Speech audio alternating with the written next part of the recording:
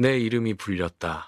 나는 교단 위에 섰다. 마이크가 내 앞에 있었다. 그리고 그 순간 짧은 잡음이 울렸다. 그 소리는 아무것도 아닌 것처럼 지나갔지만 그때 무언가가 달라졌다. 고개를 들었을 때 나는 알게 되었다.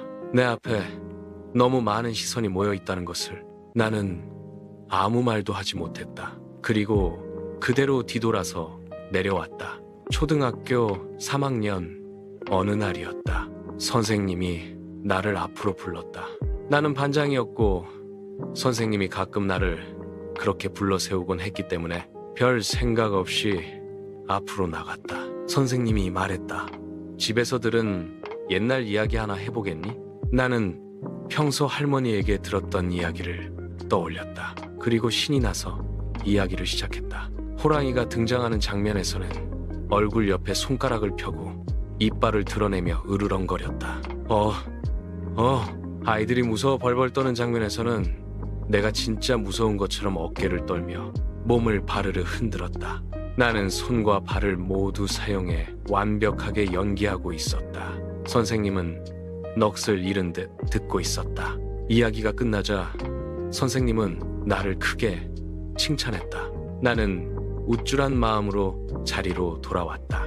친구들도 다 아는 이야기였지만 그날은 왠지 나를 존경하는 눈빛으로 바라보는 것 같았다. 나는 기분이 조금 들떠 있었다. 그래서 선생님이 이어서 한 말을 제대로 듣지 않았다. 선생님은 말했다. 다음 주에 동화 말하기 대회가 있는데 그때 앞으로 나와서 지금처럼 하면 된다. 하지만 나는 그 말을 거의 흘려듣고 있었다. 지금도 그렇지만 나는 그때부터 이미 내일을 거의 생각하지 않는 사람이었다. 그때야. 그때 가서 볼 일이고 지금 만족하면 그만이었다. 그리고 드디어 그날이 왔다. 나는 완전히 잊고 있었다. 전교생이 운동장에 모여 있었다. 1000명이 넘는 학생들이 학년별로 바닥에 앉아 있었다.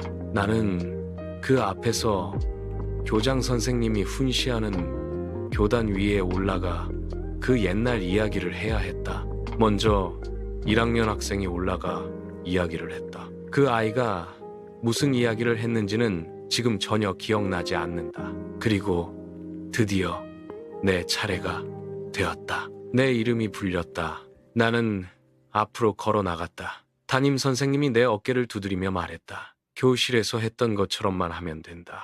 나는 난생 처음 교장 선생님이 올라가는 교단 위에 섰다. 그리고 태어나 처음으로 마이크 앞에 섰다. 어떤 선생님이 올라와 내 키에 맞게 마이크를 조절해 주었다. 그 마이크에서 삐 하는 잡음이 울렸다. 그 소리를 듣는 순간 눈앞이 갑자기 캄캄해졌다. 그리고 보였다. 내 앞에 1000개의 눈이 나를 올려다보고 있었다. 그 순간 나는 어릴 때 공동묘지를 혼자 통과할 때 느꼈던 그 캄캄한 공포를 떠올렸다. 가슴이 얼어붙었다.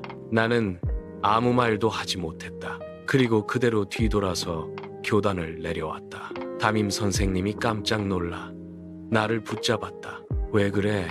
올라가야지. 하지만 나는 완강하게 버텼다. 1000개의 눈이 나를 바라보는 것이 공동묘지를 통과하는 것보다 더 무서웠다. 나는 교단 아래에서 돌덩이처럼 앉아버렸다.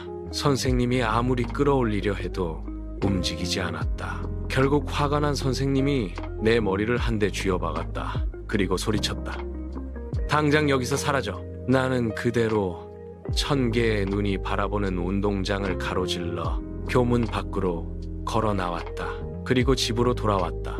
나중에 들은 이야기지만 내가 집으로 가는 동안 선생님은 확성기로 내 이름을 여러 번 불렀다고 한다. 나를 다시 불러 이야기를 시키려고 했던 것인지 아니면 내가 어디로 가버릴까 걱정했는지는 지금도 알 수 없다. 나는 집에 돌아와 잠을 잤다. 그리고 다음 날 아무 일도 없었다는 듯 다시 학교에 갔다. 지금 돌아보면 어린 시절은 그렇게 자라는 것 같다.